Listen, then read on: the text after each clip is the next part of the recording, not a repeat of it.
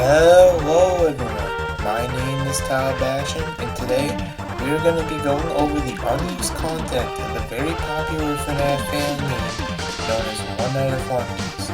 And if any of you don't know what that is, it's basically a game where you have to survive an egg, as well as some other fun characters for one night. As is said in the name, now this fan game has even sparked a bunch of fan games based on it, which I find absolutely crazy, and with the most anticipated ONAF fan game, that being one with the Flumpties.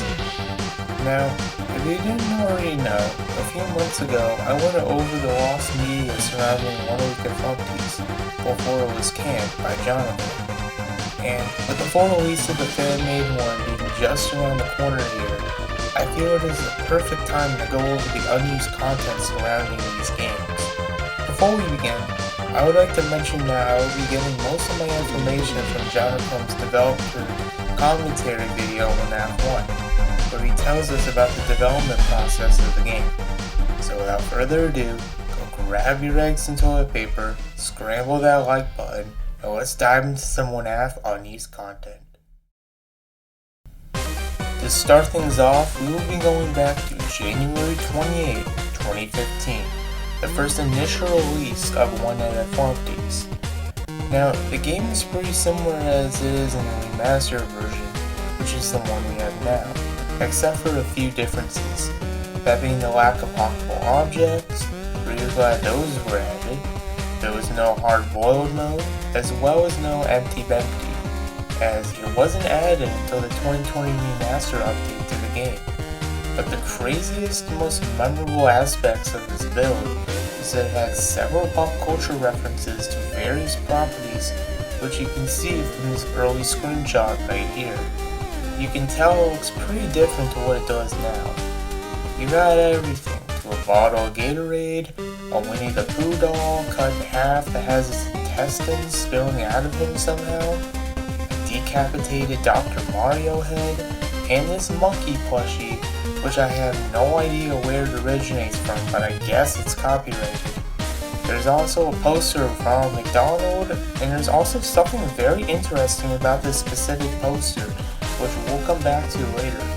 And lastly, there's a poster of various members of the Donkey Kong family. I mean, at least I think they're a family. Now, it's quite obvious why all these copyrighted pop culture references had to be removed and replaced when One Night of Flumties got invited to the Fanverse Initiative, where Scott would help make merch and ports for various FNAF fan games. Now, the same thing also ended up happening to the game's sequel, One Night of Flumties 2, where all the copyrighted material got replaced with something more original. But we'll be talking about that stuff in its own separate video. Now, wouldn't you know it, the very first ONAF fan game actually contains its very own unused characters, so we'll be going over them here.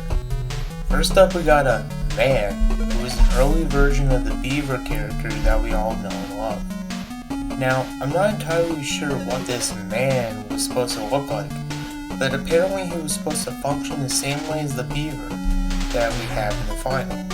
Interestingly enough, the creator of the fan-made version of One Week of Flumties, Simply Mackinson, actually ended up putting this man in his game as an Easter egg, as you can see here. Now, I don't know if this was intended design, but hey, it works. For the other unused character, it's actually Ronald McDonald? Yeah, you heard me right. Earlier I said that there was something interesting about this Ronald McDonald poster, and that's because JonoChrome originally intended for him to crawl out of the poster and kill you, and he was supposed to be his own legitimate character. Now I don't know how JonoChrome expected this to work without getting in trouble, but he ended up getting replaced with a more original clown, that being Grunkfus, with a pretty similar mechanic, but in a new place and way of doing it. Funnily enough, Grunkfus ended up replacing Ronald McDonald on the poster in the remaster to mainly truly show that they are both linked in some way. Next up is even more stuff on the Beaver. So I guess JonoChrome originally had a lot of stuff planned for this character. Originally, JonoChrome planned on having the Beaver run down both hallways, but I guess he scrapped it because it would have been too repetitive, I guess. But as you may know, this mechanic ended up getting used for the owl in the game's sequel, ONAF Flumty's 2, where he is able to go through either vent to get to your office. Additionally, rap music was supposed to play when the Beaver was running at you, but JonoChrome scrapped it as he said it would have been too easy for the player to know when the Beaver was coming. Now, I don't know what JonoChrome had in mind when he wanted rap music to be in the game, but hopefully it wasn't copyrighted. And it probably may have been. Now, last up in this video, but certainly not least, we'll be covering some unused audio that was supposed to be in the game at one point.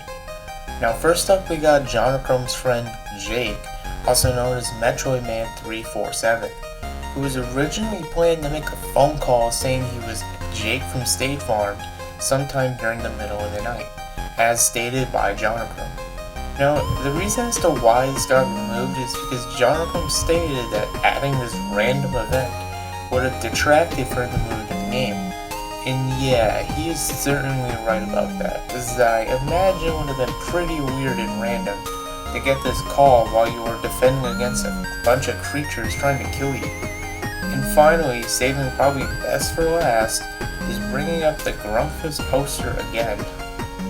So originally, the Grumpus poster, or the Ronald McDonald poster, depending on which version of the game you were playing, was supposed to just play the honk sound effect taken straight from FNAF 1.